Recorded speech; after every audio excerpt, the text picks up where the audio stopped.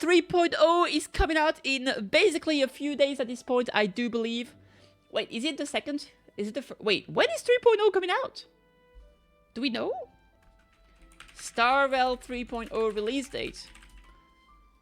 No, it's like, yeah, half of January. I mean, it's pretty soon, right? It's in about 20 days, something like that. Like 16 days, a bit more than 2 weeks. We're gonna be getting the Herta as well as Aglea, but turns out we're already getting the 3.1 drip marketing. So very cool. Here we have Amphoreus Saga of Heroes. So that's very interesting because we're not getting a. Usually they were called like the. What was it called? Anthropocene Galaxy Information thingy. I don't remember what it's called. Anyway, Amphoreus Saga of Heroes Tribbie. We are Tribbie, the messenger delivering prophecies. We are Trian, the gatekeeper traversing 100 worlds. We are Trinon, the priest listening to the prophecy. We are Tribios, the holy maiden of Janusopolis. Please join us on our journey to the end of the west wind, where flowers bloom. The triplet of fate, Tribios. The messenger departs from the Holy Land, beloved by the tripartite prophecy, splitting herself into 1,000 pieces and setting off on the journey. O Tribios, holy maidens of Janusopolis, the Chrysos heir who stole passage's core flame. You shall toll for the masses, bring the news of deliverance to all domain. Go find the children of humanity with golden blood in their veins. Shatter the dim mist dark in this world, and walk toward the tomorrow where the stars gleam. Okay, so first of all, very, very interesting. I'm gonna go real quick. Obviously, Tribbie, Trian, Trinon, messenger, gatekeeper, priest, prophecies, delivering, traversing 100 world. So I was thinking of like the three sisters, you know, like the three sisters of the three fate sisters. But here it doesn't necessarily seem. I mean, there are some aspect of fate because of like the prophecies, traversing 100 worlds. So that could be like time, space, I guess. I'm not too sure here, but very interesting. Obviously, we have various. It seems like we have various factions in Amphoreus. Now, what is very interesting in my opinion here is that obviously they're talking about the Chrysos heir who stole passage's core flame. Bring the news of deliverance to all domains. Go find the children of humanity with golden blood in their veins. To me, this kind of means like the golden blood in their vein. That kind of reminds me of Honkai Impact 3rd. And we know that like we have the Flame Chasers here, which is like a big, you know, a big echo, I would say, of Honkai Impact 3rd. And Golden Blood, maybe this is the equivalent of, you know, the... in Honkai Impact 3rd, essentially, there's something with... the characters have a stigmata, which allows them to essentially use the power of Honkai. That's kind of the idea, right? It's people that have the stigmata inside of them, inside of their bloodline, essentially, because that can be something that can be transferred from a descendant to others, etc., etc., in one bloodline. They will have the ability to essentially use the power of Honkai, or to have more resistance against the Honkai to fight them, right? The more resistance to the Honkai you have, the more you can actually use that power against them, right?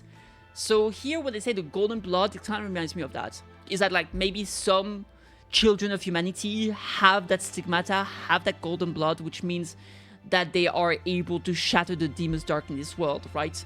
So to me, this is really reminiscent of Project Stigmata from Honkai Impact 3rd, right? Now, the thing with Amphoreus specifically is that we know that Amphoreus, even Akivili, didn't manage to get there. And the question I have is, why was he not able to get there? And what has me very curious is that we know that we're going to need the powerful remembrance to actually get there.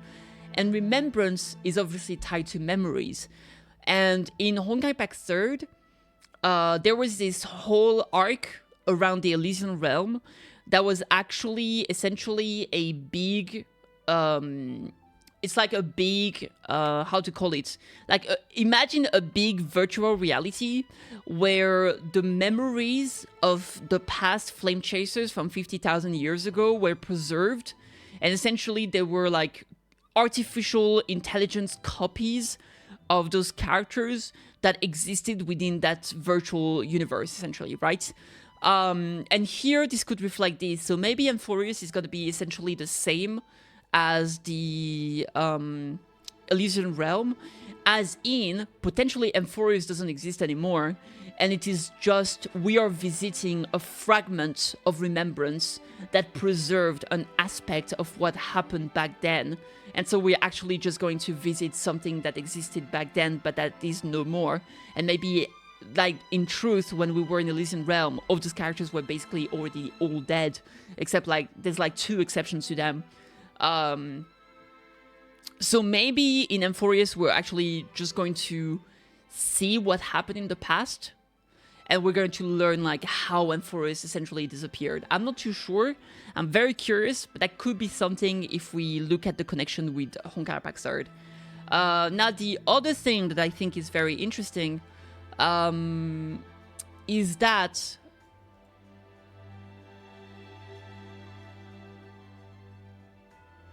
I don't remember. I had something in mind, but while I was talking about the other point, it just went away.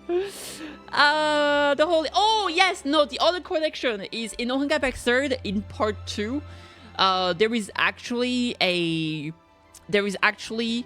so Mars used to have a whole civilization.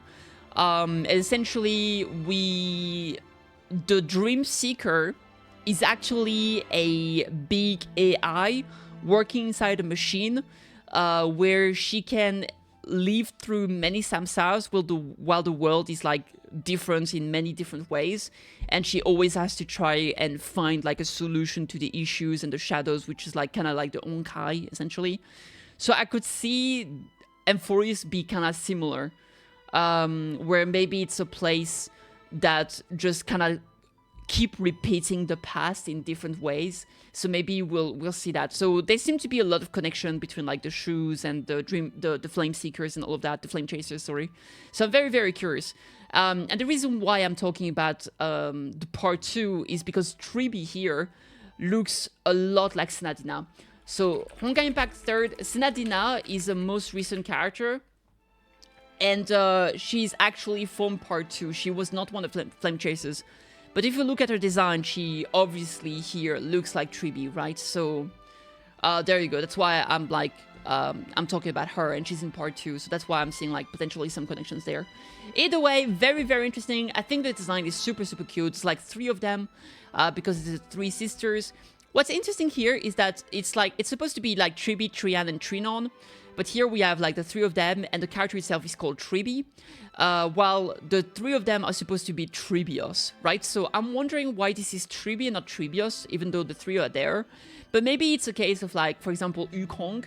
On her splash art, you could see, like, baby Tingyun. So maybe it's just that even though the only playable one is going to be Tribbie, the messenger, we still see the 2 sisters in the back. Or maybe she has a way to summon them in some way. Maybe she's a summoner and she can summon her sisters in a way. That could be very adorable, right? That's a possibility. Now, obviously, messenger, she's holding, like, the letter here. You can see it's like some pigeons. It's very cute that the pigeons are actually core here, like holding the letter and having a little bag or like a little hat and costume. It's very, very cute.